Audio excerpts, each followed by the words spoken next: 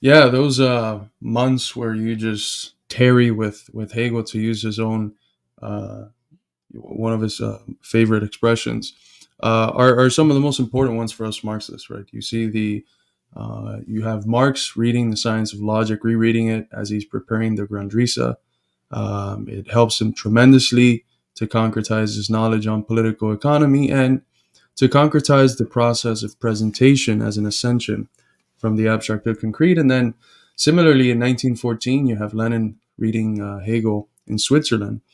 And I love pre 1914 Lenin. I don't think that there's a split, as many folks have suggested. But post 1914 Lenin is just a whole nother level. You know, he's Mhm. much more dialectical in his writing, in many ways, much more complex. And I think Hegel does help us tremendously in not just being the sort of people that call themselves Marxists, they use Marxist terms, but it being the sort of people that have undergone a profound change of outlook. That's what people often don't realize. You can absorb a new series of concepts that belong to a different outlook while sustaining the same bourgeois, often metaphysical, to use the old school term, rigid way of looking at the world. I feel like you can't sustain that outlook if you read Hegel um, in a form that tries to absorb the positive parts for a politically revolutionary project. You always come out of it transformed in terms of outlook, and it makes the analysis that you provide of the world much more consistently in line with the Marxist dialectical materialist worldview. Of course, and this is something we talk about all the time, and it's something that is possibly the most important thing in our era is bringing Marxism, real Marxism, to the USA. Um, and that's a difficult task because the way we're originally taught to think, we're not even sort of under the impression that a different world outlook is a thing that is possible, right? Mm. It's like being colorblind and then someone who can see colors trying to explain to you what colors are, right? And you're just like, it's so much more than this limited way you're viewing it. I promise you, once you can ascend to the concrete and take this abstract thought in your head and make it concrete, you go from a concrete observation through this movement into the abstract, right? This thinking about a thing, and then you make it concrete by thinking about it in its process, in its connection to other things, so it becomes the most concrete form of this thought you can possibly have. And until you really have that, you're sort of just copying conclusions of Marxism. You're the colorblind guy looking at an artist describing the word blue and saying, you know what, blue. Well, let's use red because it's red, right? You're looking at an artist describe the word red, and you're like, yeah, red. I get red, but you haven't gotten to red yet. You're just saying, okay, this guy says red, so we'll say red. Yeah, that's a good way to put it. And we have a term that's almost synonymous with the way that the dialectical tradition thinks about the concrete, which is comprehensive, that Mm. which is the most comprehensive and holistic. Although some of the hippie types have kidnapped the word holistic, but it's true. You're looking at things from the perspective of the whole. You realize that you have to ascend to the whole. You can't just start from the whole. If not, you fondle and imagined concrete, as Marx called it, and that it has to be done in a process that takes into account contradictions, movement, and universal interconnection. It's really not that hard. You know, Marxist philosophers like to complicate it in order to put stuff out in journals and stuff, but it's really something quite simple. And if you understand it well, at least you should be able to explain it to a child. And that's really what we're trying to do here. Take these concepts that have been considered historically difficult, these outlooks that have been considered historically difficult to understand, and break it down so that even if you don't have any experience in the history of philosophy, you'd be able to understand that as best as you possibly can. 100%. That's what it's all about. That's why we need classes, all that stuff.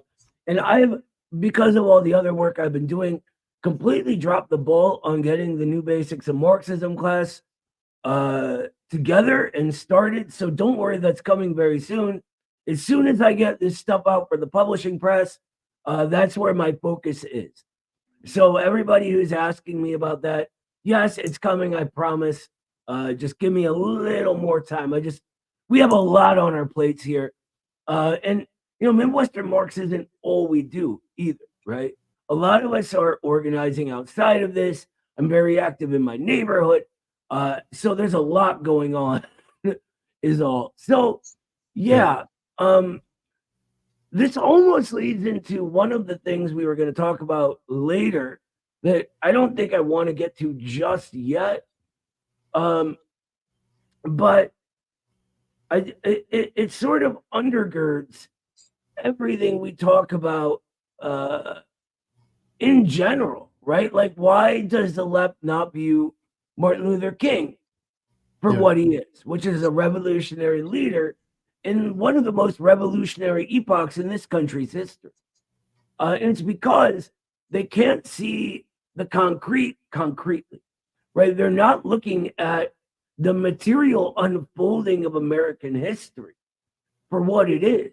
They're not ascending to the concrete, seeing um, chattel slavery as the creation of the color line, right? And the color line being a form of class struggle or a center that class struggle happens around, right? So they can't see the civil rights movement as revolutionary as going from the old thing into the new thing, right? The old segregated apartheid nation that we were into this what we are now, which is a more united nation, a more American people, right? More united, more together as one people, rather than having these um, abstractions dividing us. Really.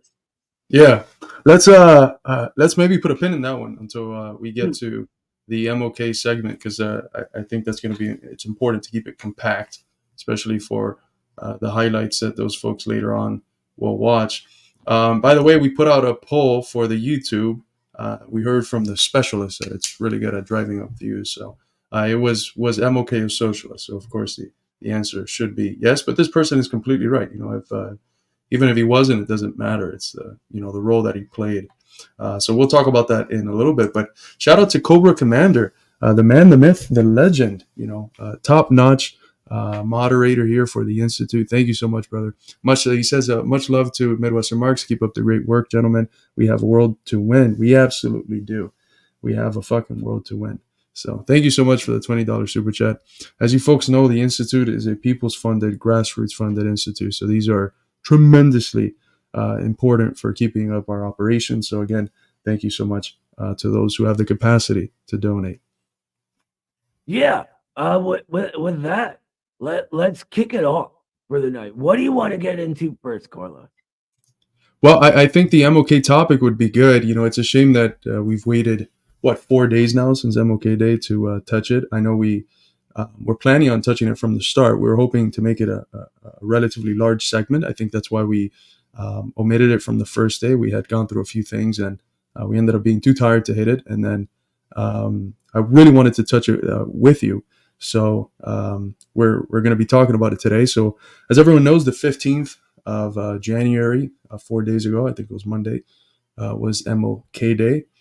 A day where the ruling class comes together to celebrate the life of an individual that the ruling class's institutions, specifically the institutions of what's now called the deep state, the FBI, called the most dangerous man in America, and literally plotted to kill him. This is proven material. The deep state killed MOK.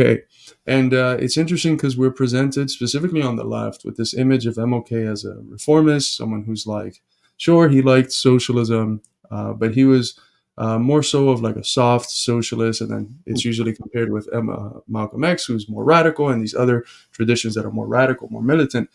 But what's often overlooked is the correlation of how radical you are to how much the state is attacking you and on your back. No one was getting imprisoned more than Martin Luther King Jr. no one was despised by the elite more than Martin Luther King Jr. And ultimately, no one was able to play as an individual a larger role in moving the class struggle forward in the US uh, more than Martin Luther King Jr., who was able in many ways in fulfilling the third American Revolution with the Civil Rights Movement in 1964 and its continuation that has radically transformed the country. We'll be talking about some of that in just a bit.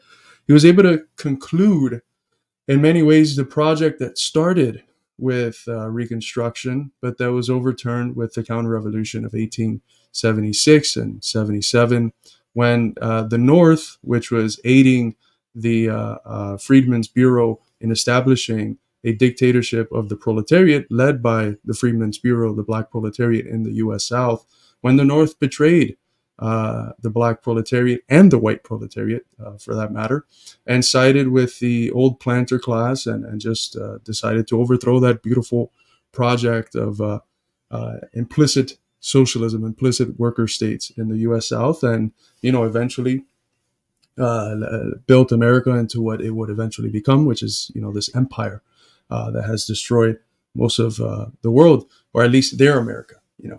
So King is able to overthrow that state of affair, that fascistic state of affairs that is input after that counter-revolution, that overthrows the gains in civil rights that had been made by the revolutionary struggles of the black proletariat, in conjunction also with the poor Southern whites. But Noah, yeah.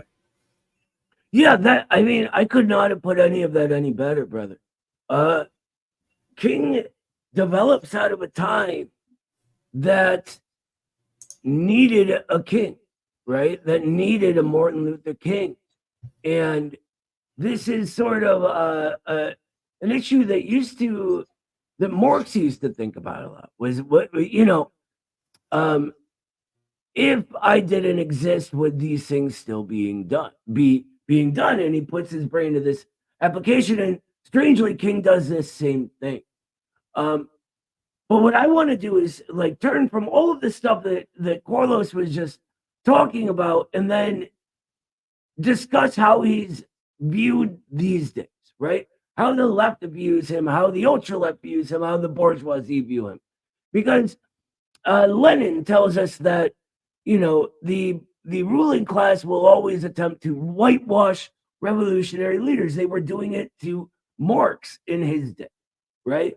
And so they've done it to King in our day. And I've been reading this a lot lately. Testament of Hope. It's all of the collected writings and speeches that King gave, and one of them is really interesting. It's called The Case Against Tokenism, right? And it's exactly what it sounds like, which seems to be what the bourgeoisie would suggest to us that the class struggle against the color line and against racism is, right? It is, to use a phrase Carlos likes a lot, they want diverse faces in high places, but those diverse faces better be doing the work of them high places, right? So King obviously sees this, and he says that this is impossible, right? The black proletariat had matured to an extent because of all of the struggles leading up to this, that they saw themselves not as tokens to be used by white America, but as a fundamental part of America itself, right? That they were, in a sense, actualizing as themselves in the civil rights movement, standing up and clarifying um, their maturity as a people. Not maturity is a bad word. Their development into what they are as what they are, right? Which wins the civil rights movement by leading us to where we are now. And you couldn't have told that they had won at King's death, right? When King died, do you know what his popularity rating was? Like 75% of the US hated him at his Mm. death, right? And so I want people to think about this and think about what they say about revolutionaries now, right? The lies they tell about us now. And the people who, in the name of revolution, give you right opportunism, give you liberalism, give you reaction dressed as revolution, even as they use all of these words and call us the reactionaries or whatever other nonsense they make up. I want you to think about this. These were the people that hated King back in the day because that is where the social consciousness was, where it was being pushed into by the institutions of the ruling class. This is what makes the black proletariat, especially in this era, the revolutionary agent that led that second revolution. Right? It's not just a black revolution, it's a revolution led by the black proletariat for the entire nation. Yeah, no, absolutely right. And as we were talking about earlier, the inability to ascend to the concrete, the Mm, inability to be rooted in the dialectical materialist method, prevents them from understanding these movements, which is conjoined to the way that they see America. If you accept the civil rights movement, if on January 15 you're posting about MLK, but then whenever anyone says that the socialist struggle is one that's rooted in the progressive elements of American history and in transforming America into what it's already transforming because of its own inherent contradictions, and that socialism is not about abolish America or any other silly, childish, bombastic slogan, your ideas are incoherent. You can't support King. You can't claim to support the tradition of W.E.B. Du Bois, of Dr. Du Bois, the tradition of the Black Freedom Movement, the most revolutionary and advanced tradition of American class struggles, and then reject America. Because you can't fucking have America without that tradition. You can't have it. There's no such thing as America without the tradition that has literally advanced it, that has been the heart and soul of the class struggle.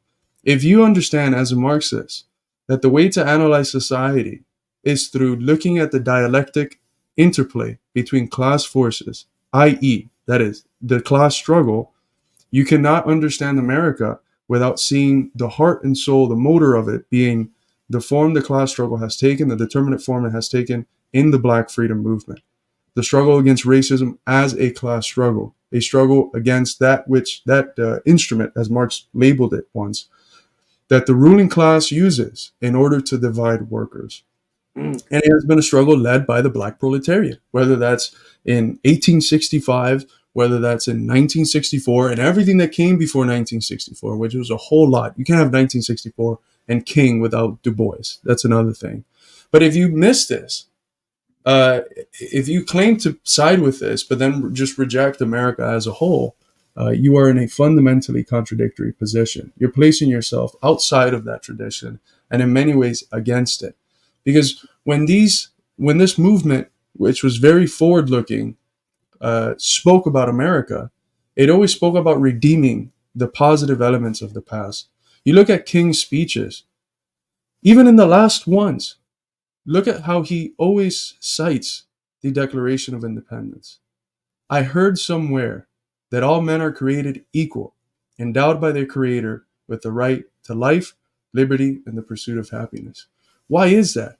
It's because he had, maybe as a student of Hegel early on, you know, he was part of these Hegel reading clubs, and he was very much deeply rooted in the dialectical tradition. He had an understanding of the concrete character that these struggles have to take. If you are in the US, you have to have your class struggle shaped by the traditions that created your people. That means appealing to the positive sentiments of the revolutionary tradition in order to advance and in order to fight against the reactionary segments of that national contradiction that we call a nation moving forward. So yeah, I mean, it's the interesting thing always, and I always go back to this, is that it presents itself as very progressive to just demean America, to go around calling people pat socks. It's a fucking mm. ridiculous term. Um, But in reality, it is a liberal tinted American exceptionalism.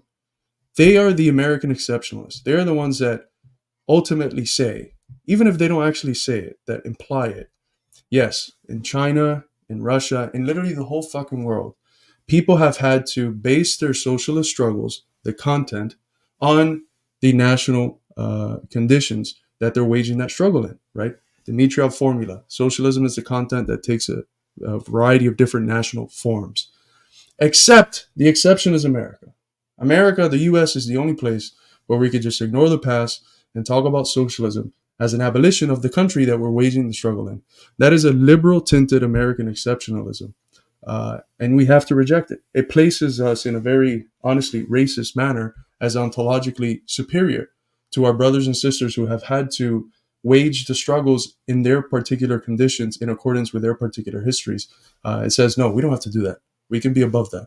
We can reject this evil past and not do the dirty job of analyzing its contradictions and seeing what's the potential, what's the rational kernel in the past that we can bring into the future so that our forward facing struggle also has this dimension of looking backwards and redeeming those that fought before us and that lost their lives, lost job opportunities, lost many different things in the process of advancing the struggle that we are in today. Yeah, I mean that's you went over a lot there, but all of it is really, really, really important. The people that talk about America, and you can't build socialism in a settler state, meaning that which really is a very sneaky way of putting an anti-immigrant sentiment into the left that begins in this anti-settlers form and ends in nativism and ethno-nationalism and other reaction. But aside from all, what is a people according to Marxism? What is the development of a people, right? The spirit that drives progress. What is that? It's driven by the necessity of the progressive class, right? That alienation we all face as working class people. Um, I don't want to get into a big thing about it, but in the USA, there is a reason every single person will say life, liberty, pursuit of happiness, that's a good thing, right? And that these ideals that people genuinely believe in and take into themselves, we don't call these American ideals because we just pooped them into existence, right? In fact, they go through a process of becoming themselves, right? And it takes that class struggle, that development of the American people to actualize those things. And when we get to them, that, my friends, is socialism. When we act as if, and I'm sorry, I'm kind of all over the place. One thing I want to focus on about what Carlos said was that we take an active role in this process. We must play a conscious role in this process. It's not something already, there and happening without it. We are an integral part of what is there. It's not that, there are objects outside of us and then us, and there's a separation between the two. It is that the relation between our thinking of a thing and that thing, that is where reality is, right? And so our acting upon it, that is what creates process or progress in that motion. And so when we say, American communism, it must include all of this struggle. That's what it is. And not getting that and dismissing everything as, settler colonialism and other dogmas is not understanding that all class society, or the history of all hitherto existing society, is the history of class struggle, right? That's what it is. That's how society becomes society. Yeah, you're absolutely right. and it's not without reason that I think the you know one of the top five most important, I would put it at number two, the second most important book that has been produced developing the American Marxist tradition. The first one, of course, is Du Bois's Black Reconstruction, or really just the au revoir of Du Bois in general. I've written quite extensively on that. But uh, Winston's strategy for a Black agenda Mm. is, in many ways, as other scholars have noted, a defensive king, a king that the ultra left is certainly turning against. And even today, it's ludicrous to think that any of the existing leftist organizations will be criticizing King in the ways in which a lot of Trotskyite groups were in the 60s. But it is still the case that something's missing there. King is still misunderstood. The legacy that King has played in shaping the nation is misunderstood, and it's an understanding that in many ways castrates the meaning and the genuine radicalism of King, because the radicalism was not just in, oh my God, I hold the most radical ideas. The radicalism was in the ability to mobilize the force that makes history, which is the people. He was able to mobilize the people. And yes, it was a sector of the more reactionary or conservative part of specifically the white working class that was comfortable, that did not like King. But he was so successful in mobilizing the people and in actually winning that struggle in 1964 that he changed radically the ideological composition of the nation. Yes, racist institutions still exist de facto, not de jure. Yes, racist individuals still exist, but the conditions for a united multiracial class struggle are better today than they have ever been in American history. Today, more young people are anti racist in the sense of consciously wanting to fight against those institutions that, on the basis of someone's race, consider them ontologically inferior. More young people are anti racist than those who hold on to racist ideas. That's why it's such a comedic thing now. That's why it's easier to laugh at the jokes and to laugh at racists themselves when something has become a mockery. That's how you know that it has been in many ways castrated of whatever power it once had. I'm not saying again, because people get blips and they turn it into something else. Of course, racism still exists. Uh, but the conditions for uniting the working class across the color line are more fertile than they have ever been. And we have King to thank for that. But if we go back to the analysis of the nation and of the class struggle that shaped the 1960s, we will be doing a disservice to those people that made that analysis in accordance with their period, because the successes of their period produced a new period, produced a new America that requires new analysis, requires a reassessment of the color line, a reassessment of the class struggle, a reassessment of the potential of a united people fighting against capital in its most moribund, most parasitic stage that we've seen in history. It creates what we call the American trajectory. It creates reproletarianization, right? And it creates, like Carlos was just saying, the possibility for the united struggle for socialism in a way that was impossible when that color line was still the primary social relation between the working classes, when it was still formalized as in law preceding an outward expression of social relations that was a separation of working people based completely in the abstract, right? Completely on nothing, on air, based on the relations people entered into all the way back in the days of chattel slavery.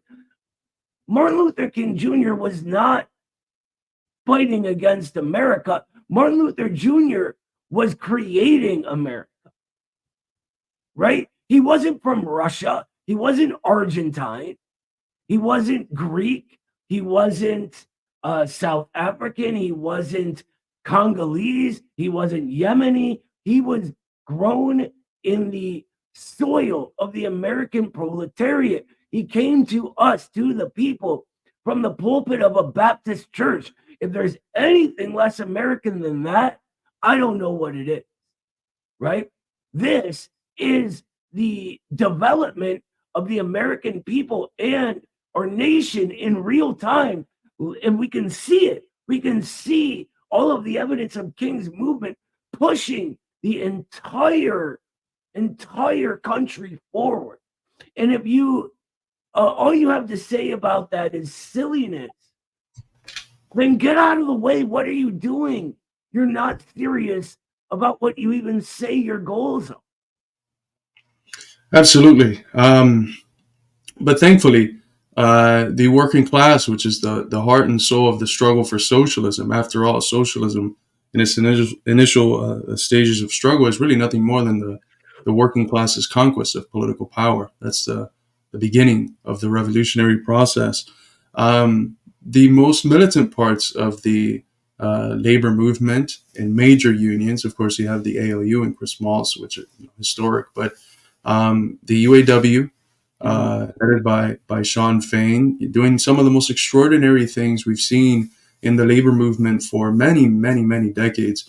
Held a conference of sorts, an event on Martin Luther King Day, and it was very much imbued with the spirit of King, with the intersections of the struggle against poverty, of the struggle for the uplift of the working class, of the struggle against war, which they have been very vocal about and calling for a ceasefire for months now. And it's a struggle that they see as being in line with the tradition of King, as being in line with the tradition of the struggle against the Vietnam War, a war that, as MLK famously lets us know, created a situation where the bombs we were dropping on the Vietnamese, so on the figure that the media and the bourgeoisie wanted us to consider the other, they were actually landing in Detroit. They were landing in America. And it's the same thing today. The bombs that land in Gaza, the bombs that land in Lebanon, in Iraq, in Syria, in Yemen, those bombs are landing here at home. It is not disconnected. The policies of the American empire are intimately related to the policies of the American Republic, to the national policies of the bourgeoisie. You cannot separate the two. You cannot base a party program on the basis of that separation and making the argument that, well, both parties might be the same in terms of foreign policy, but in terms of national policy, one is better, so we have to vote for that. No, that is absurd. That is a bourgeois bifurcation. As a Marxist, you see everything in its interconnection. You realize that you cannot separate the policies of empire, the crisis of empire, the geopolitical crisis of U.S. imperialism, with the crisis at home, the crisis of authority, the crisis of legitimacy, with the fact that around 80 to 90% of the people distrust their elected representatives.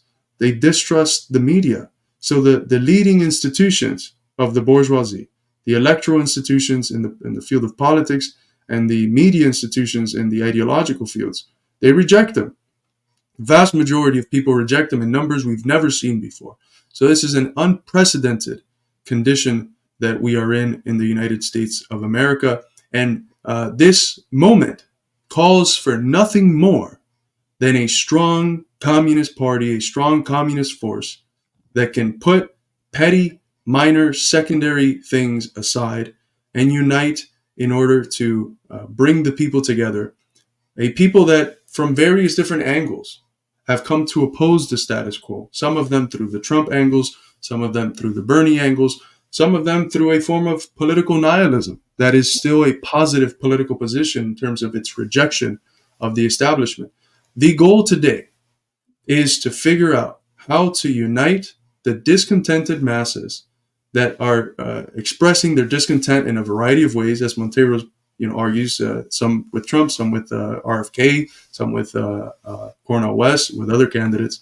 How to unite that into a genuine people's movement that challenges the status quo, that challenges this rule of the elite, that is bringing us to various forms of catastrophe, nuclear catastrophe, environmental catastrophe, catastrophes of poverty, of debt, That's bringing the most wretched order humanity has seen into existence. How do we unite this? And the time calls for nothing more than a communist party that has not only the theoretical capacity, but the practical flexibility to understand the regional differences the country has, and that is able to bring in people from different backgrounds, irregardless of whatever ideological position they have as a starting point, but on the basis of the fact that they are working people, that they're exploited, oppressed, that they're alienated, and that they are objectively in a position to be a positive force for revolutionary change. 1000%. And this brings me to something that just grinds my gears like nothing else. It is the middle class social chauvinism, the hyper individualist misconception that the person who is using communism sort of as a self identification or some sort of fashion statement, like it's a cool jacket they put on, right? Which is a lot of people, right? But they walk around having done nothing, having built nothing, having failed over and over and over and over and over again to even have the country know they exist, right? Looking down on everyone else. Everyone else is stupid. They know best. It's a sort of mockery and swagger from a position of nowhere and having done nothing. And it's just when we act like that, when we even smell like that, people see it and they lump us in with people like that. And so that's one of the reasons we have to rise above such a thing, right? We have to not go to people with empty swagger, but when we swagger, prove that there is a reason we swagger, right? And if we haven't built anything, well, then we ain't earned the right to swagger yet. And whenever I talk to people about this, I'm like, who do you think you are? Right? Like, why do you criticize this person as if you're Lord on high of everything correct? When I'm looking at what you're saying right now, knowing for a fact you can't tell a dialectic from a diuretic, right? And you act like Lenin or something. They're like, well, Lenin mocks people, Marx mocks people. Lenin built the fucking Bolsheviks. Marx was Karl motherfucking Marx. Right capital and then swag. But you ain't done nothing yet. So what are you doing? Build something. Build something. Prove to us that you are so much better. And I personally will follow you. If you can do that, you are proving your capacity to lead us. And so I'm there for it. That's how you earn the right to swagger. But these nobodies, these remnants of the middle class that look down on the entire working class as backwards and stupid and ignorant, and they're all bigots of so forth, of some sort, and they all, I'm in an org. I do the actual work. What actual work? The country doesn't know you exist. No actual work, which brings us to a very good topic. If you want to go into this one first, we can, or we can slide into maybe the Trump thing, whatever you want to do, brother. What do you think? Well, I just want to say one more thing there. You said that an argument that they often make when you criticize the petty forms of attacks that they engage in is that they say, well, Lenin and Marx did it, which is wrong in quite a few levels because they, I mean, it just shows how dogmatically they're treating Lenin and Marx. They're not looking at the essence of Marxism, which is this living, open, creative, developing worldview. They're looking at static conclusions. And here, not even conclusions. Here, they're just looking at the form that some of those conclusions and arguments took and using that in order to legitimize doing the same thing today, as if everything wasn't based on what, Comrade Stalin? That's Oh, your the time and time space. conditions and I messed it Time up. and place. Like if everything wasn't rooted in time and place, if something worked for Marx and Engels and Lenin's times, maybe it's not the form that we have to use today. Maybe we don't have to be offending um, comrades in the same form, or maybe we do. I don't know. I personally don't think we should. I know the institute doesn't comport itself in such ways. With some enemies, yes, but with people who I think are genuine comrades who are just wrong, we don't comport ourselves in that way. But another interesting thing is that these people who tell you, well, Marx and Lenin, and they polemicized in these forms. Who were they polemicizing against? They were polemicizing against people whose theoretical foundations you share, Mr. Radlib. Mr. Radlib, you are the ones that Marx and Engels and Lenin would have polemicized against and made fun of. So you can't appeal to their polemization, if that's even a word. As a philosopher, I have a great word card that they give us, so Everything I can, is nation and ality and yeah. yeah. I can just create it. But you have no right to speak of uh, to use that argument. Oh, Marx did this against these people, so I have the right to do it because you are the sort of person and the person with the sort of theoretical outlook that Marx and Engels and Lenin would have used that against. Yeah, 100%. And it's absurd that what happens, and this is not their fault, right? It's a product of modern bourgeois ideology, is that they turn to Marx and Engels and Lenin and read it only to verify their preconception, right? But we know through the very, very basic first parts of the dialectic that preconception is empty, right? It's nothing. It's nothing at all.